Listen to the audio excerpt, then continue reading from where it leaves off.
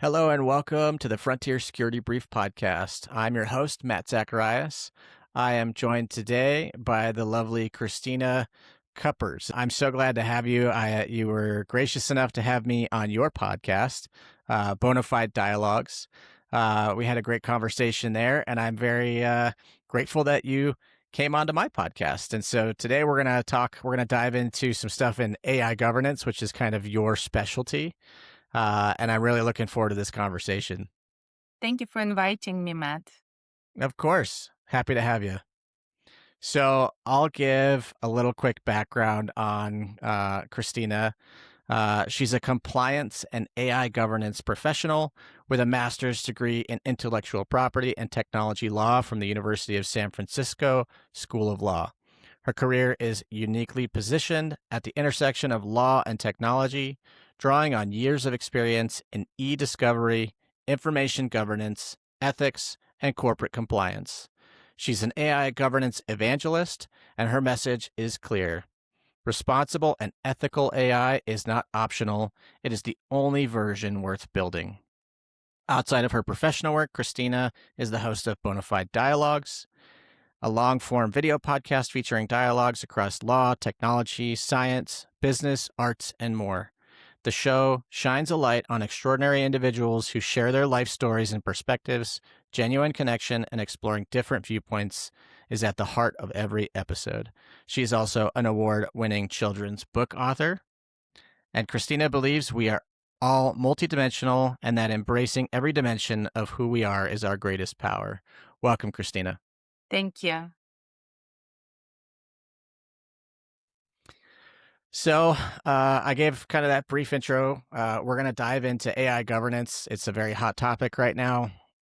I mean, even before it was in the news, everybody was talking about it. People were booing at university commencement speeches. AI itself, even without including governance, is a topic that it's in everybody's lives and something that we have to discuss. We have to address. We have to figure out what this looks like going forward.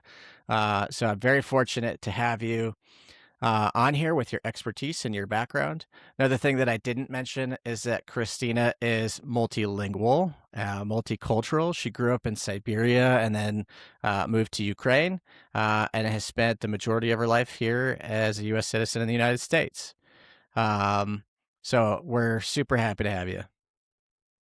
Thank you. Yes, it's very important to talk about AI governance. Yes, we talk a lot about AI, but generally speaking, nobody wants to talk about AI governance, especially here in Silicon Valley, because they think that governance, regulations will slow down innovation, which is not true. I strongly disagree with that, and we can talk about it more.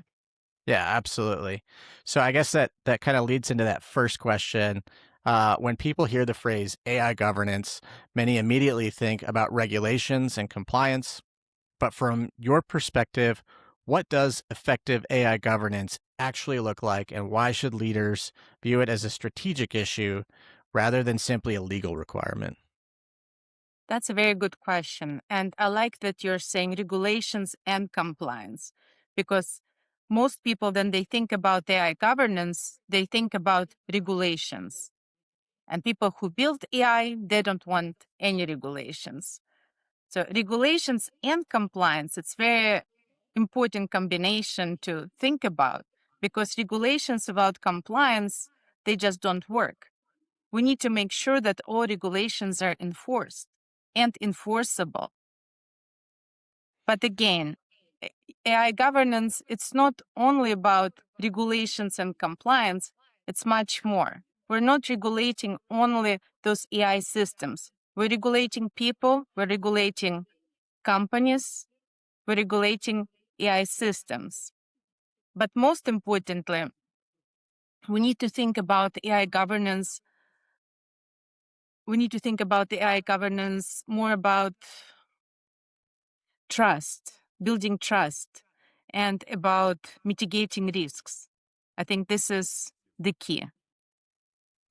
Well, and in my world of national security, it's a constant discussion, and it's historically so over the past few decades, where things like anything that's in the technology realm is happening. Innovation and emerging technologies are happening so fast that we are not really keeping up with it. And I think it's difficult because it creates a lot of opportunities, but it also creates challenges. And I think sometimes we lean into the opportunities as we should, but at the same time, we have to understand the vulnerabilities it creates, and we should be responsible about doing it. And it's especially when it happens so fast that technology is outpacing governance. It's outpacing people's understanding of how it's being used. And then certainly in the national security space, it unintended consequences are bound to happen. And when something is developing and happening so fast, somebody uses it for a nefarious purpose or for something like that, or a nation state takes advantage of a vulnerability, and then it's very difficult to catch up. When there's no framework, when there's no governance, it's very difficult to know, okay, well, what's in the gray area? And it feels like everything's in the gray area because we're constantly moving. So, I, Governance is not yeah. about waiting for regulations. Business owners, companies need to self govern their processes. You need to start with your values. You know, I always tell business owners, think about that day when you started your company or when you joined that company. That I want to change the world. I want to do something for people, something good, right? Nobody starts the company and think I'm gonna, you know, make this food, put a lot of artificial colors in it, and that would be good for people. No. They start with good intentions, and then something happens along the way, then they forget about their mission, then they forget about their values. Same thing happens in politics, right? Then we vote for somebody and they promise us everything. And by the time they get there, they forgot about their promises. So I always tell companies, start with your values. Don't wait for regulations. If it's allowed, it doesn't mean it's the right thing to do. If it's not regulated, it doesn't mean it's okay to do it. Start with your values. What are your values? And build ethical AI. Build AI that your customers, your users can trust.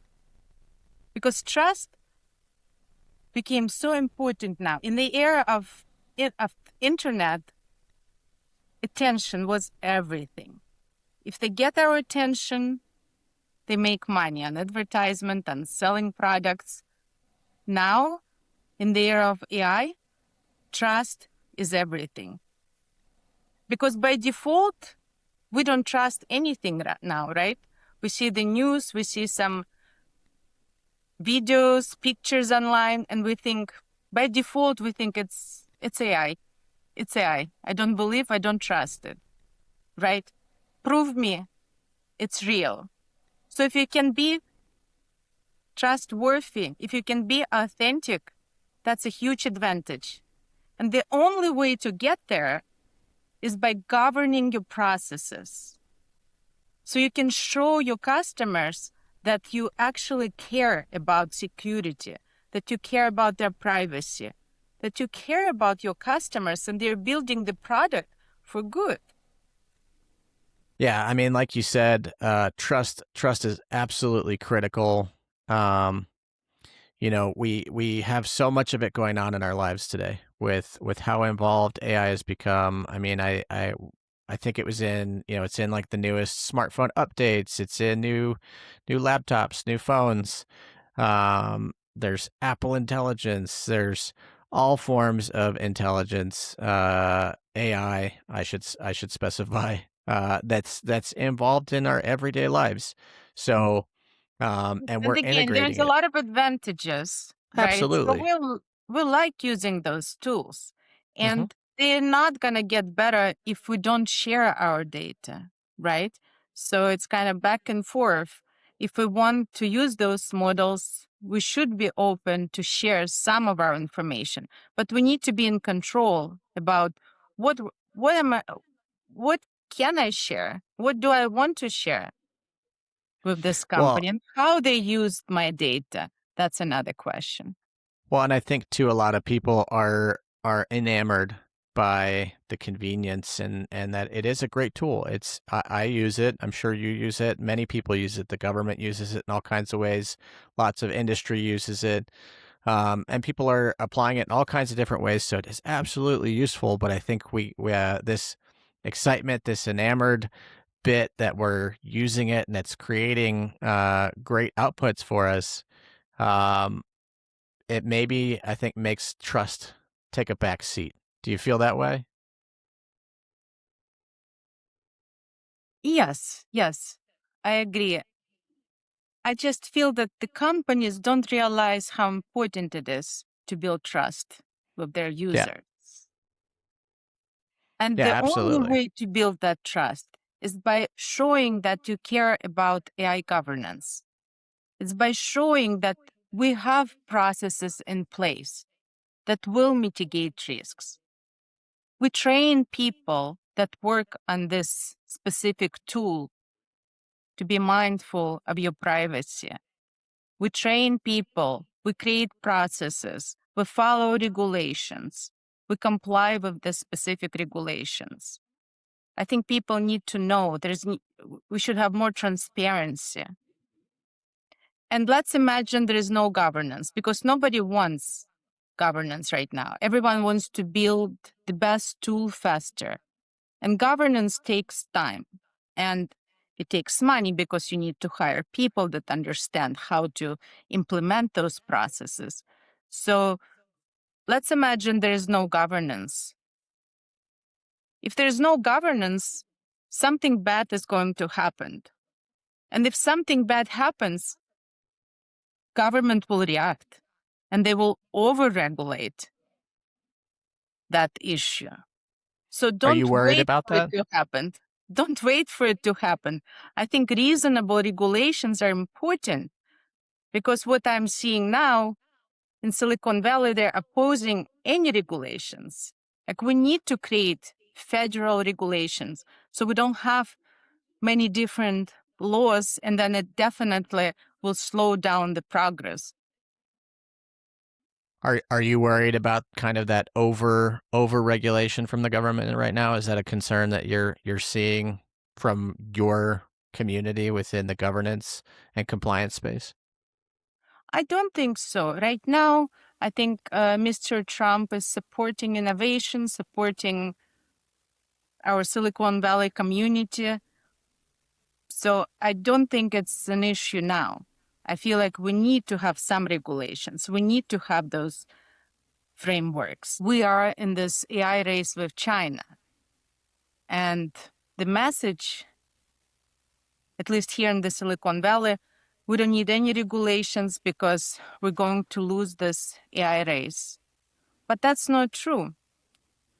I read so many articles and documents showing that China actually wants to be a leader in AI governance. And why? Because they want to be the ones who shape the rules of AI governance for everybody in the world. You don't want to say we don't want regulations, right? Because regulations are going to come earlier or later. Like you want to write those regulations, you want to be a leader, and then everybody's trying to create their laws and regulations based on this, on someone who's already in front of the issue. But we're now like, we need to innovate. Like Europe, they they don't innovate, they regulate. They have completely different strategy. And we go back to privacy. They made more money on all these fines, from Meta, X, and all those lawsuits. They made more money on fines than they made on their innovation, technology innovation. And I don't say this is the right way to go, but I mean, right now in AI, they're also trying to regulate as soon as possible. And we're taking a part in shaping AI governance frameworks in the world, but we're not rushing to take the lead. And I think we should. And China wants to do it. Well, and I think that's key because when you do that, you essentially have an ability to kind of write it in your favor. And I think that is honestly part of China's strategy with this is that they're currently trying, whether it's openly said or not, China is working towards changing and shaping what the order of the world looks like in the coming years. And that's not just an AI. AI is a huge part of it. But when you are, I mean, we should know better than anybody in the United States with the current world order, so much that came out of World War II. We had a very important role in shaping what that looks like, and China does not want to end up on the receiving end of that again, and they see this as an opportunity. I think. Um, do you think that in Silicon Valley or just in the AI world in general, I feel like they're not all created equal and they're not all looking at this the same way. And what that means to me or what it looks like to me is that there's not necessarily kind of a unified strategy. Like, this is the direction we all want to go. This is how we all want it to look. I mean, look no further than the battle between OpenAI and Anthropic. Very different ideologies of how they want this to look moving forward. So I feel like it's going to be very difficult to essentially have a advantageous position in an AI arms race, if you will, if we don't have a coherent strategy. So, and that's separate from governance. That's just having a strategy that we can all say, like, this is for the the the good of the United States and our companies and our national interests. But I feel like we're not there yet. I think we need to start small. At least some things we can all agree on. Doesn't matter which company, which AI company is thinking about those issues. I think we all can agree, let's protect children when they use AI. Let's protect older people. If you and me can understand that that's scam call was a scam call, older grandma will transfer all her money to somebody on the call. That sounds as a human, right? So at least we can start there. There are already some instances where teens committed suicide after communication with a chatbot. So how much worse it has to get before we take any action? So I believe there are some issues that we all can agree on and create those frameworks around those topics, at least. And then we can look at the next step. Of course, security is extremely important. And again, from national security perspective and from privacy perspective.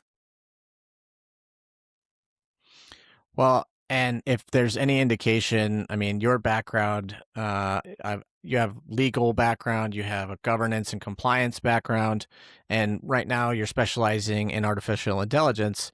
But if there's any indication of what this might look like moving forward, can we take any lessons learned from social media, from similar types of things where uh, young people have committed suicide because of things that they have seen or cyberbullying on social media? Are there lessons learned from things like social media, another rapidly evolving technology in recent years, and now we see AI? Are there things that we can take from that? We definitely learn those lessons. And I don't think there's still a solution, even when we talk about social media, right? We still have children spending too much time on the internet and being influenced. Like TikTok version of American version and TikTok version in China are two completely different platforms. In China, it's all educational, that shapes young minds in the right direction. And our version was dangerous. And it seems like it's solved now. But Yeah, there are some lessons that we learned, but there's still so much to do, even when we talk about the internet. And AI, it's a completely new category that I believe we put so much pressure on people who build it, and we don't take responsibilities for ourselves. I think parents, teachers need to step in and talk to children, young adults about those tools, because we assume that they understand, but they don't. You need to have those dialogues with your children and explain that this is not a human being, because it sounds and feels like human. And in China, they're already regulating this area of AI. They're making sure that it's absolutely clear that this is, and we have legal requirements as well, that that every customer, every user needs to be informed that you're communicating with the machine, not with a human being. But in China, they took more steps in that direction to protect young minds in their interactions with AI. So we definitely can do more, but we can't put all pressure on engineers that build those systems. I feel like we need to do more research, like in psychology and different areas. How does that even affect us, and especially younger population? I agree with you because that's the crux of my podcast. The reason I created it was because that I think that more than ever, everyday Americans have a role in their own national security. Now, it's certainly not going to be the same as an intelligence agency who has hundreds of people working on a certain problem set, but with things like lone wolf attacks in the terrorism space or counterterrorism space, it's so difficult for somebody who works in this space, whereas oftentimes it's an early tip. It's somebody that says there's an insider threat. These are the things that help people that work in national security professionally thwart and stop these things. And so, like, truthfully, I believe that we need people to be more involved, take a little bit of onus of their own security. It's not that the national security apparatus, intelligence community, and what have you is not going to do their job. Of course they will. But if somebody is doing something trying to avoid detection, who's trying to avoid getting caught, it's very difficult. But if somebody sees something and then they say something, that's oftentimes what starts us onto a trail. So I think there's value in people taking some ownership of it in terms of parents um, and us as users. And I think it's got to be a partnership with people that are responsible in government as well. So I think with AI becoming so integrated across government, business, and just our everyday life, like we talked about, how do you think leaders can encourage people to become involved and take a proactive role in this trust environment so we can all trust it? Uh, I believe that leaders in our country need to focus more on building strong communities, helping people that will be displaced. Many people will be losing their jobs. So helping them to navigate those difficult times, maybe retraining, just supporting each other and creating those communities where people meet in real life. Because the stronger communities we have within the country, the stronger our country becomes. If people are angry, upset, if they're losing jobs because of AI, and we're already seeing it, right? If they're upset about those data centers being built, if they're upset about job displacement. This situation inside the country makes our country weaker. So I think every leader in their position should see if any individual in your community needs some support, needs some help. And there's always some opportunity to help, right? Because most people don't like to ask for help. We don't like to ask for help, but most likely there are several people who will be willing to help, willing maybe to train you, to acquire new skills, to get a new job or find some new position. So I think building those connections within our communities becomes more and more important now in this AI world. And then we're going through this tremendous change in our society. Then graduated students don't know if they'll get their jobs and how they're going to pay their student loans, right? They need support. They need to think creatively. What can I do with my skills and with my education? Maybe I thought I will become an accountant and now AI can do it. What else can I do? What other skills I have? Maybe I can start a new company and help somebody to solve some important problems. Maybe somebody in the community can provide some help on how to start a company. I feel like life, like real connections and us getting together and supporting one another builds this strong country. Because if people get angry, if people can't pay their bills, if young families can't buy houses, if there's no stability, then our country becomes weaker. So if every family, every community is strong, connected, and supported, then we're stronger as a country. Super interesting insights. It's I think too what goes along with that is at the same time we're watching probably the largest sector of population that works in things like the trades reach retirement age. So there are opportunities, and really it's in some ways it's critical that we fill those jobs. So there are opportunities for people to learn new skills and to do things, and in reality we need people to step into those roles, to build homes, to be an electrician, to be a plumber. um, I would even argue the same is true within the healthcare profession, that we are struggling even to get nurses and doctors as people reach retirement age. So there are tons of opportunities, and um, I think we need good leadership, like you and I have been talking about.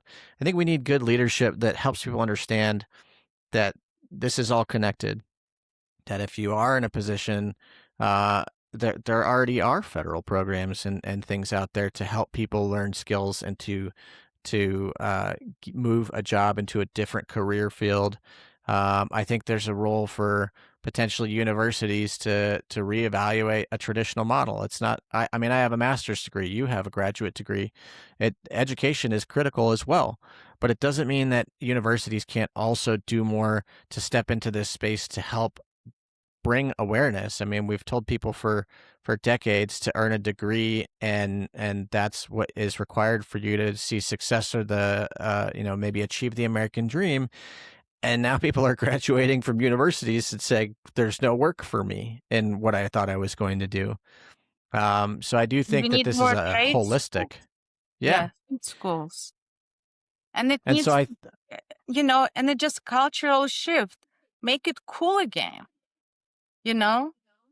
Because all this hard work that people are doing, electricians, plumbers, that's amazing. Look at the world around us, the houses we live in, the roads, everything around us is built by those strong, amazing people. Like, how cool is that? So make it exciting for people. Like, I want to do that too. I want to see, I built this house. I built this bridge. I fixed something, the water leak. And we just need to make it exciting because it is wonderful. Well, and I think it's something that made us successful as a country in the first place. That we were leading in these industries, in these places, in these innovations within the trades, within manufacturing. Um, and two, to go along with that is the community piece that you mentioned. So, also on the decline are civic organizations, whether you look at veteran organizations or you look at organizations like the Elks or the Lions.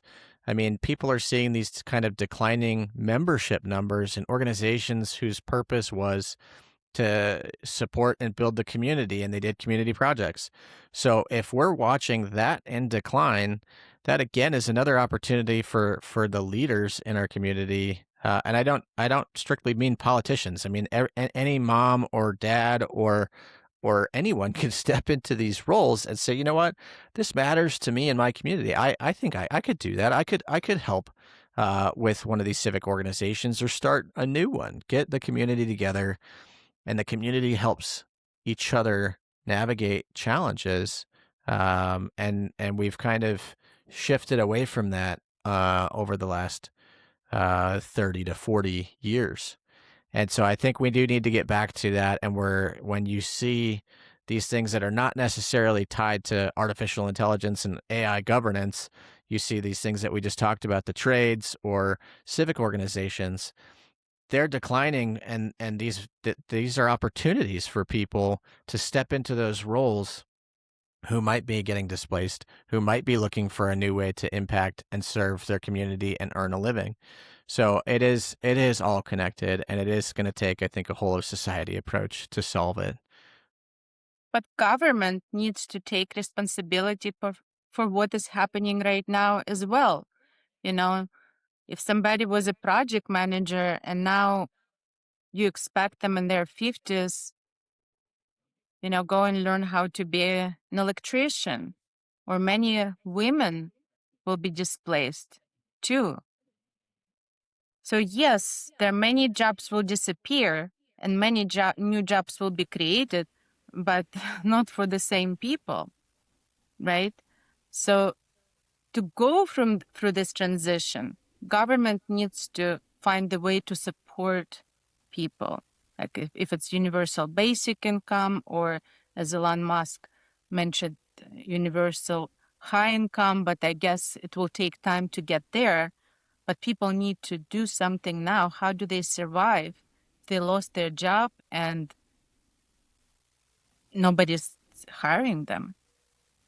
What should they do? How can they support their families? And it will be very hard to prove if the person lost job because of AI or just companies downsizing. So we will never know. So these are good questions to ask. And I think government needs to be more proactive in this situation to support people, to help them go through this transition. Yeah, absolutely. And I think that it's, like I said, I think it's a whole of society and a whole of government approach.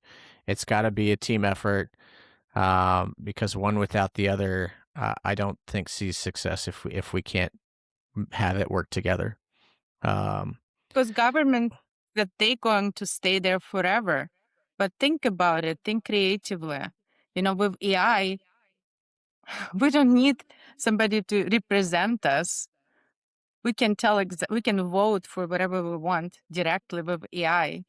Can have an AI agent read that bill and summarize it for me, and I can vote.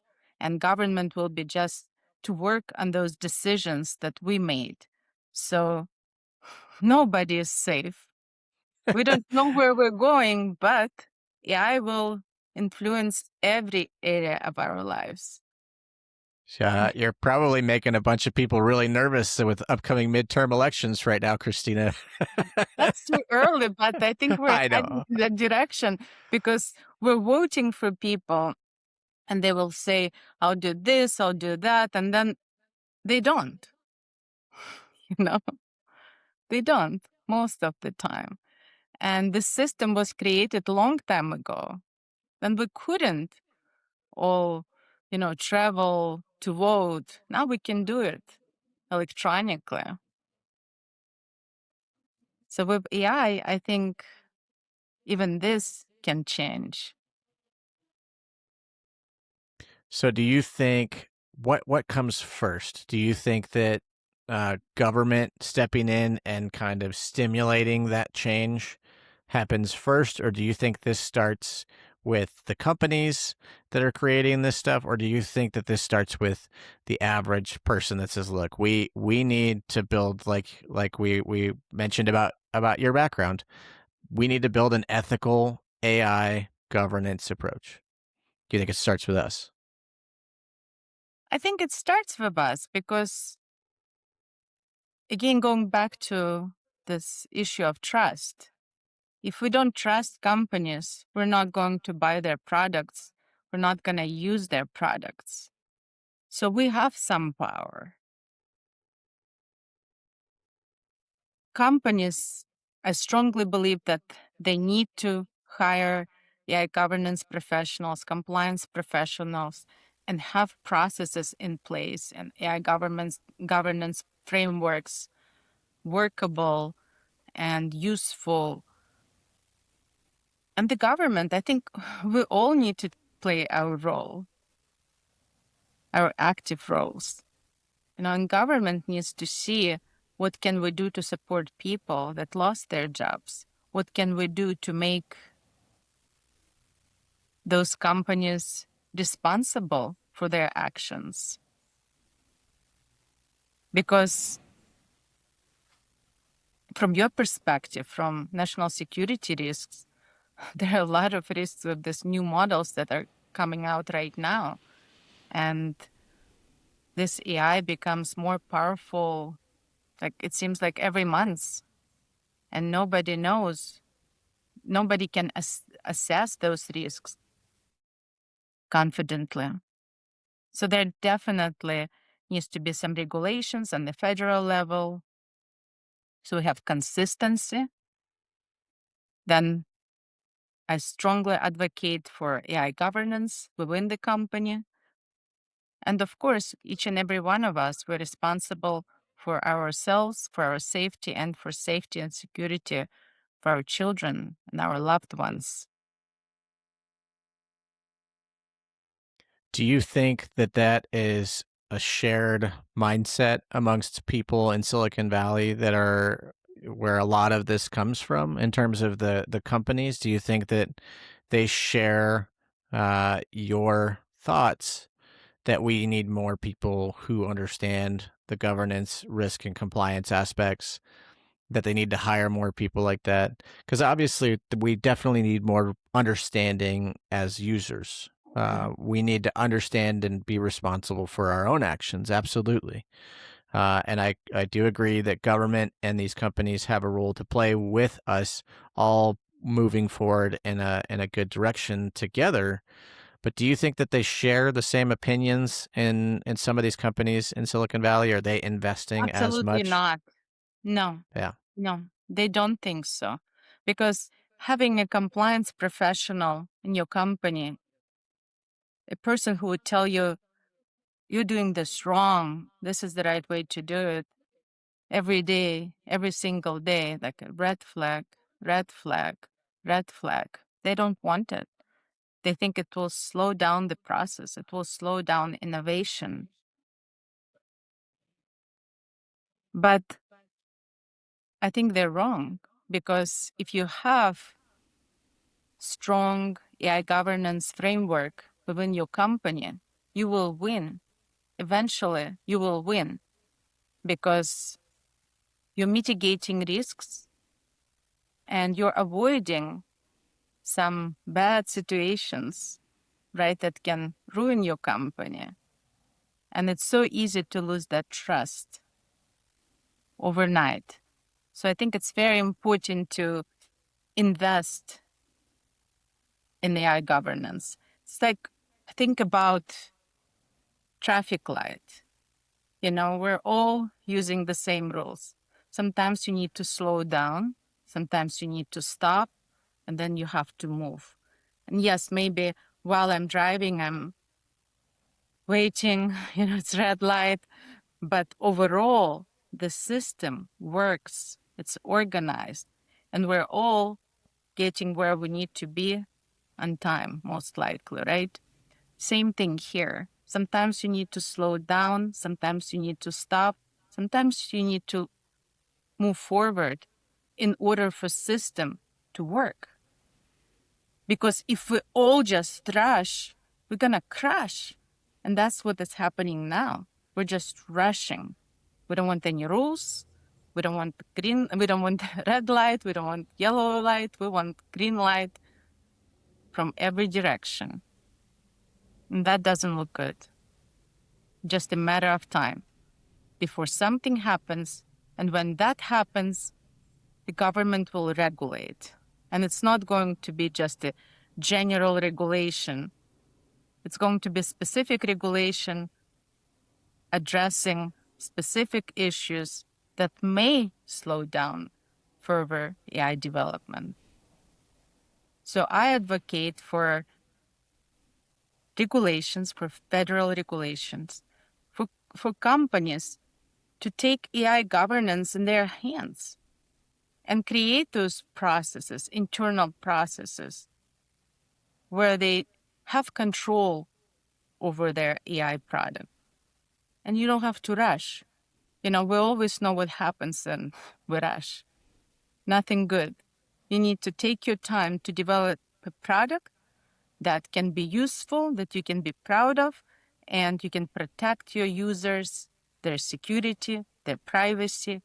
And again, these models are so powerful that we are talking about national security issues. It's not only about every one of us. It's about our country. So we all need to think about this from different perspectives. So from your experience thus far, are you seeing a positive relationship between those who are concerned and whose job it is to focus on the risk and national security type threats and these companies, or in the same way that a lot of these companies are maybe avoiding or hesitant to bring on more governance um, and compliance folks?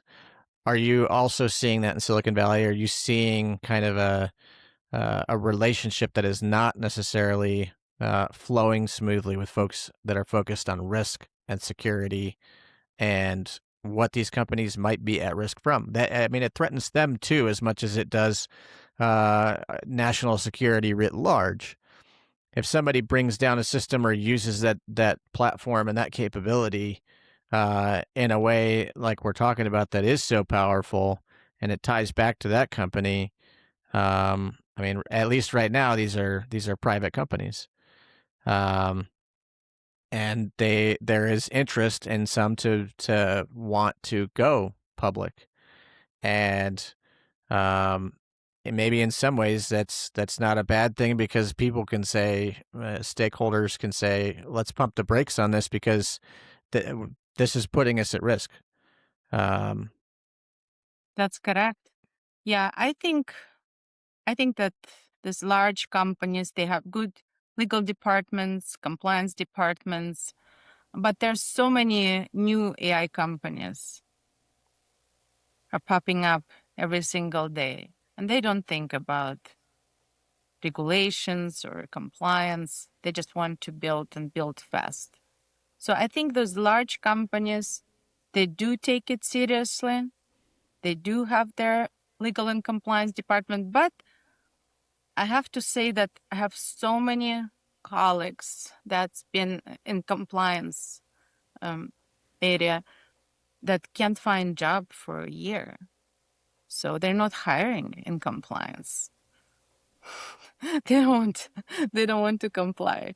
They don't want somebody internally telling them, let's make sure we're following the processes. Let's make sure that we're complying with these regulations. Let's make sure that all the laws are enforced.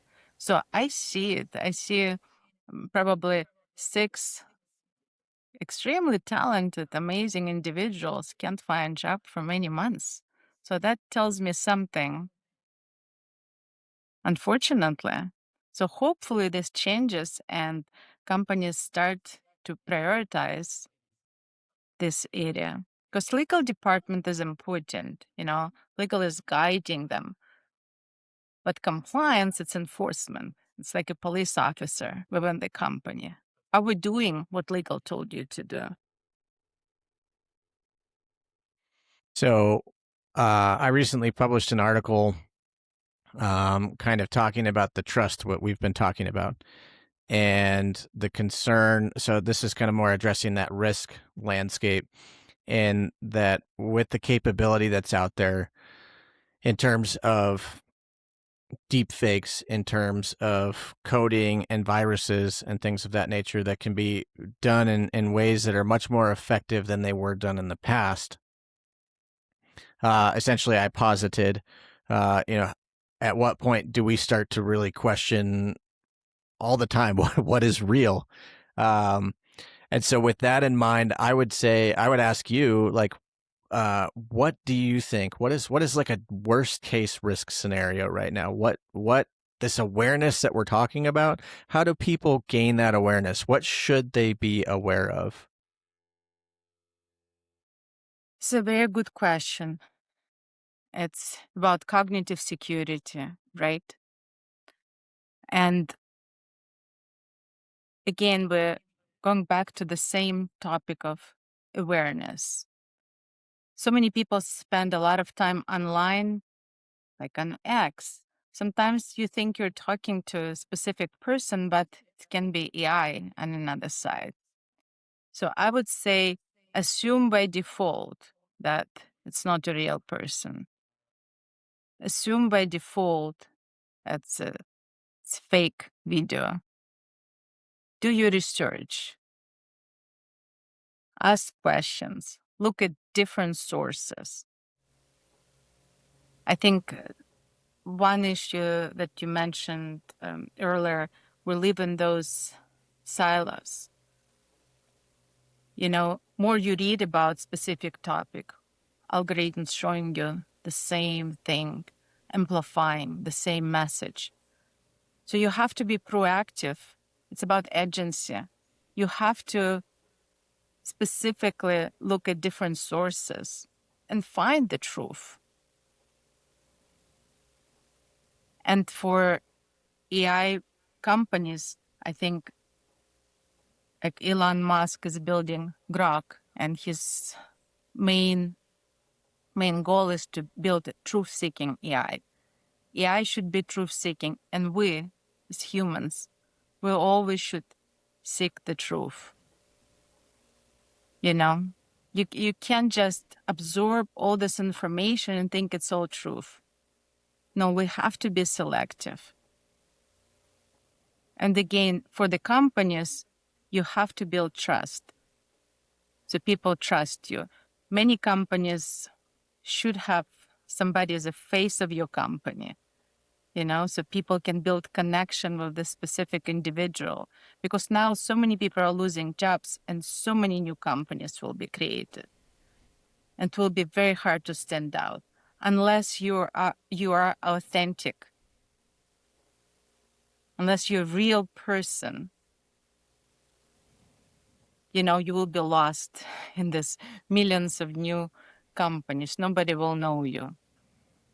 You have to be out there, put yourself out there and share your message and talk to people and say, this is the problem I'm solving.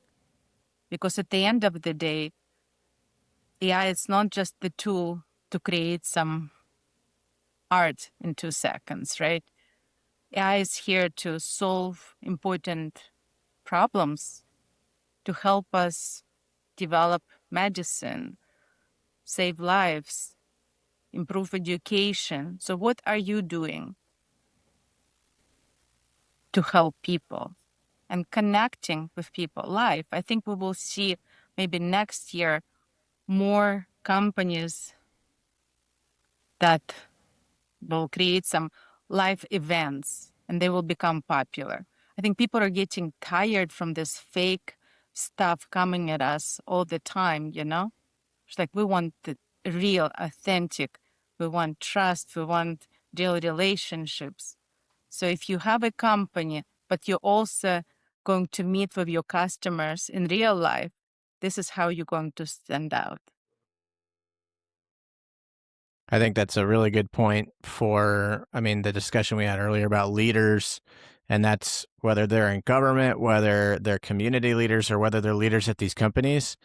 I think understanding that trend, and I would agree with you. I feel that that is a trend that I'm starting to see, is people want this more personal connection, something that they can touch, taste, smell is real. Um, when I ask you what the risk is, or what the one of the biggest risks is, and you say treat everything as default as if it's fake, that's I don't think that's a place that anyone wants to spend their existence in. This is where we are right now, right? You can't trust anything. Yeah, so I think with Everything that you in see mind, online, you can't trust it. yeah, and I think it would be wise of these leaders, regardless of where they find themselves in this kind of this trifecta of society, government, or these industry folks that are creating and driving this. I think within that mix, I think that it's critical that they see that this is important, because eventually, I think it will impact their business. Um, Elections, yes. Well, and two, there's other stuff to this the other side of this coin is that with things like data centers, they're not arbitrary things that are only tied to AI. They're used in, I mean, we save everything in OneDrive, or some form of the cloud, right? Data centers, yes, they saw an increase in production and the need for them with artificial intelligence, but people having these very strong opinions about data centers was not nearly as much of a thing when it was before AI.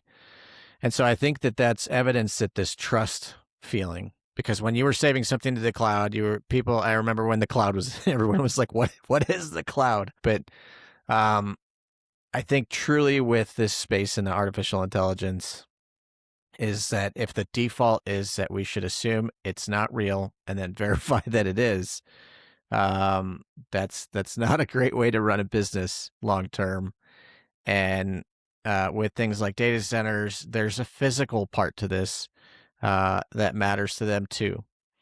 Whether or not we have the equipment and the people to build them, that are willing to build them, or the materials necessary to build them, is also a critical piece of that supply chain. So there's a lot of things to think about, I think, for leaders, and I think it's not just the companies, like we've been saying. It's all the above. It's the people that use it. It's these companies, and it's the people in government that are responsible for making sure that we're at the end of the day, they're responsible to their constituents, not just for what's important to them, but also for their safety. So understanding this, understanding all of these different aspects, is going to be critical moving forward. So And also, I think we need to be realistic. You know, yeah, here in Silicon Valley, we have like two different camps, optimists and pessimists. You know, optimists are saying AI will create an amazing world for everybody. And pessimists are saying AI will destroy humanity. But the truth is somewhere in the middle, right? It's going to come with benefits and problems. And it's in our hands right now to do it right. We're going to make mistakes along the way because it's a very new, powerful technology. Not very new, but it's became powerful in the last several years, to the point that even people who develop it don't fully understand it. So we have to be realistic and control the development, the road we're taking. It's like a train. We don't want it to derail. Like, let's go where we want to end up, right? We want to end up in this beautiful world where AI benefits humanity. So in order to get there, to that beautiful destination, we need to have AI governance. And every company, I believe, should think about AI governance. Don't wait for regulations. You don't have to have a compliance officer telling you to do the right thing. Think about your values, your company values, and start there. Yeah. So one question I always try to wrap things up with is some form of this question. And in this case, essentially, if you had to advise a governor, community leader, university president, or CEO in the average US community on why national security should matter in the space of AI governance, uh, tell them how they could protect their communities, what would you tell them? So, what would be you've kind of already alluded to the broad answer to this from a 30,000 foot view, but when you go to a company or what have you, where do you start? So if we talk about AI governance specifically, I personally developed a plan on how to implement AI governance within any company. There is specific AI governance framework that can be adopted by any company, any size, whether it's startup or large company. But when you start thinking about AI governance, you need to understand if you're just a user or if you're building AI product. And for example, many companies, they work with different platforms, and none of those platforms used AI in the past, but now they do. So you have to reevaluate all the tools you're using within your company so you can reassess the risks. And you need to understand how these companies, those platforms, whatever you're using in your technology stack within your company, how do they treat your data? How private it is? Do they train their AI models on your data? You have to train your employees to make sure that they use AI tools. They have specific settings that will protect your company. You need to find out which AI tools are they using. Are they using the one that you approved, or they're also using on their another AI tool on their own personal phone and entering your company's information that can be confidential? So you need to understand what your employees are doing. You don't want to tell them don't use AI, because they still will. These are powerful tools. They help you to do your work and do it faster. So you have to create the environment, safe environment for people to use those AI tools, but to use them safely and make sure that they're using those tools that are approved by your company. So these are some of the steps, but there is so much more to it. And again, it depends on your role. Are you developing AI? Are you using AI? Do you have any vendors that you're working with that are using AI and it may affect you? There are a lot of questions to ask, and you really need to understand your company and assess each company. It's so unique, the way you're using AI, and you might think we're not using AI. But if I ask you a couple of questions, you will realize, oh yeah, I am affected by AI. So every company is unique, and they need to stop and dedicate some time to analyze the situation and how do we move forward from here. Yeah, I think some really great points there because a lot of folks might not even think that AI is being used at the company because we didn't put it on the company laptop. But it doesn't mean that, like you said, somebody's not going to pick up their phone and they're going to go use whatever platform they have to conduct work to get it done faster or more efficient or something like that. So there is some I think there's some risk in that for absolutely, and it depends, like you said, on each company and how high risk the environment is that they operate in because of the data. And as these tools get more powerful, I almost would put it into the same line that you used earlier when you said everything that we see, we could default to thinking that we need to verify it, that it's not real, that it could be fake. I would say we maybe are at we're at least approaching the point, I feel like, that we have to assume that our data is not entirely safe either, whether that's on your personal device or a work device or what have you, whether it's on social media, because the capabilities are pretty powerful that are out there. Yeah, develop AI policies within your company, training. So it's not just policy, oh, we have this policy. No, you need to make sure that people understand and it's workable and it's used within your company. Manage your third party risks, like I mentioned before. Reevaluate all your connections with other companies and how their use of AI can affect your company. And you need to understand the regulatory environment so you can be in compliance with laws, with existing laws. And it doesn't have to be AI specific law because many existing laws apply to AI. So you have to think about this. And security, you always talk about security. Security risks when it comes to AI, it's completely different animal, right?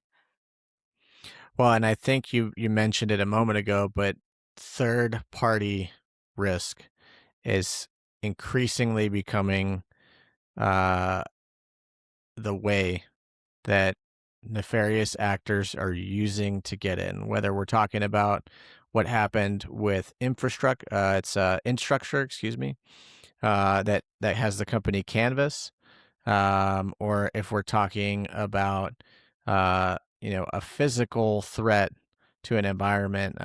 Case study of this would be like when Target was breached by a cybersecurity attack, and a lot of people's private and financial data was essentially at risk. This was over 10 years ago.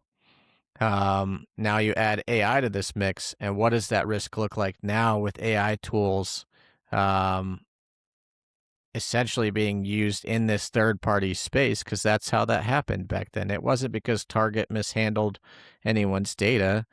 It was some place that we least expected it to happen because it was downstream, and not at the end point, which is where a lot of people look. They look at the entry and exit points in terms of security. A lot of times, that third party supply chain risk, whether that's physical or in the cyberspace, is increasingly becoming a huge area where people are taking advantage of vulnerabilities. So Yes. And people and companies need to start thinking about AI is not like IT problem.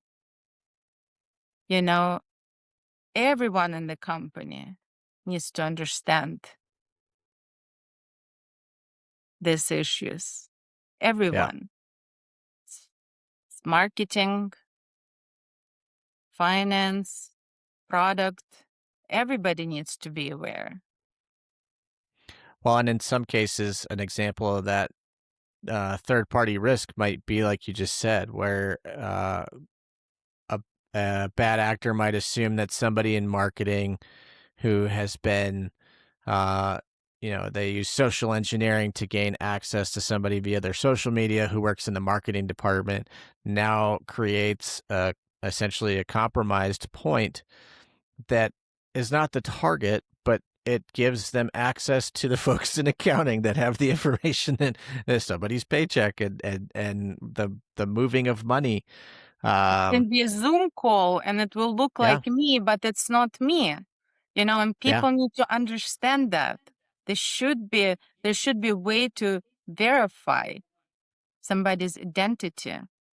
So you don't just transfer this large sum of money because I just saw you on Teams call. It was you, you know, yeah. but it's not. And Well, some and people don't it is realize happening. how realistic these videos can be. Yeah, and I it think is it's all about happening. awareness. Yeah. So, yeah, I think we have to have a holistic approach, and it has to be something that we work on together. Because right now, there are times that I watch the news headlines in the space of artificial intelligence and these discussions, where it feels like it's at we're at odds with one another, where it's the company with the government or the people with the data centers that are needed to for these AI platforms. We're at odds rather than finding the way forward together. And everyone's kind of digging their heels in rather than saying, okay, this isn't working. Um, and maybe one or another can see a little bit of advantage that it's working out. Well, I don't necessarily need to worry about this because I can push this through, but that doesn't last forever. And at some point, it will come back. Um, and so I think it's in our best interest to really look at this holistically, for people to be having the conversation, for everyday people, users, as well as the people that are developing it, and people in government having a better understanding of this. But we do need, as a group, to elevate our awareness of this, to work together to find solutions. I think that's the best way forward. I agree. I agree. And as our country, we need to lead AI governance in the world. So we are the ones who are setting the rules so everyone else can follow. Because this resistance of regulations and AI governance, it's not the best approach. I think there's a lot there that we can certainly do better on, and I hope that we do, and I hope that good people like you are able to help lead us in that direction, because we absolutely need it. I will continue advocating for AI governance, reasonable regulations, and I think people need to understand that AI governance, it's mostly not about governing AI. It's about governing people, companies, and processes, creating frameworks that will help us to succeed, even in this AI race. Yeah. Well, thank you so much, Christina. I always love chatting with you. It's a fascinating topic, and we're watching it. This is unfolding in our lives every day. So I'd love to have you on again as things continue to progress, and we can maybe revisit this in 6 months and see where things are at, or 12 months or whatever. Because I think that we need to stay on top of it. We need to keep the conversation going. We need to keep bringing this conversation to people so that they understand what's happening, whether it's in Silicon Valley, what's happening with our representatives, what's happening in our own homes. We need to be having these conversations. So I'm very grateful that Absolutely. I was able to have you. Thank you. Thank you so much.